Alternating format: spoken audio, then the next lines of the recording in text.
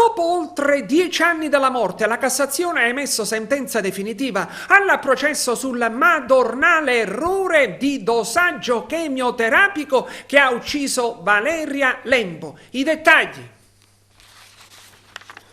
Sono stati necessari 6 gradi di giudizio e oltre 10 anni di processo. Adesso la Cassazione ha rigettato i ricorsi dei 3 medici palermitani condannati a seguito della morte di Valeria Lembo, uccisa da una dose letale di un farmaco chemioterapico. All'ex primario del reparto di oncologia del Policlinico di Palermo, Sergio Palmeri, sono stati inflitti 3 anni di reclusione. Poi all'oncologa Laura Di Noto 2 anni e 3 mesi. E poi al medico all'epoca specializzando, Alberto Bongiovanni, 3 anni e 5 mesi. È stata assolta l'infermiera Clotilde Guarnaccia. Valeria Lembo è stata malata di un linfoma di Hodgkin, il medico inglese Thomas Hodgkin, che nel 1832 descrisse la malattia. Oggi il linfoma di Hodgkin è un tumore contro cui le cure nel 90% dei casi si rivelano un successo. Valeria Lembo, 34 anni, appena madre di un bambino, giunse all'ultima seduta di chemioterapia, ma anziché 9 milligrammi di vinblastina, le fu iniettata in vena per errore una dose 10 volte superiore, 90 milligrammi. E la donna morì al Policlinico Paolo Giaccone a Palermo il 29 dicembre 2011, dopo 22 giorni di agonia e quando il suo bambino compì 7 mesi.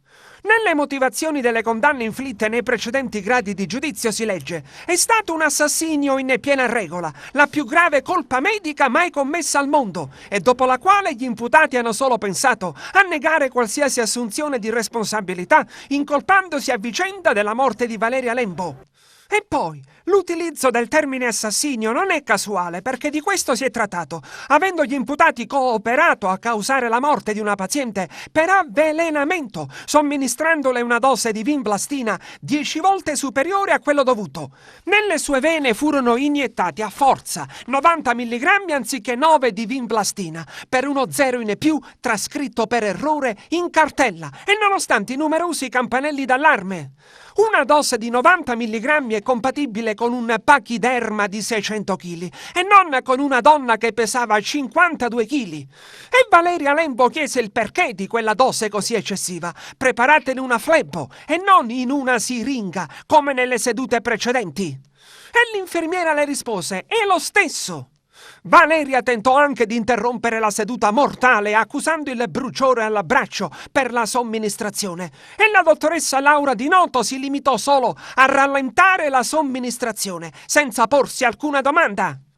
E poi Valeria Lembo aveva ben capito che stava andando incontro alla morte già l'11 dicembre, quando ancora quell'errore era taciuto dai medici, e rivolgendosi alla zia in lacrime, le sue parole furono: «Zia, sicuramente mi hanno sbagliato la chemio, me ne sono accorta».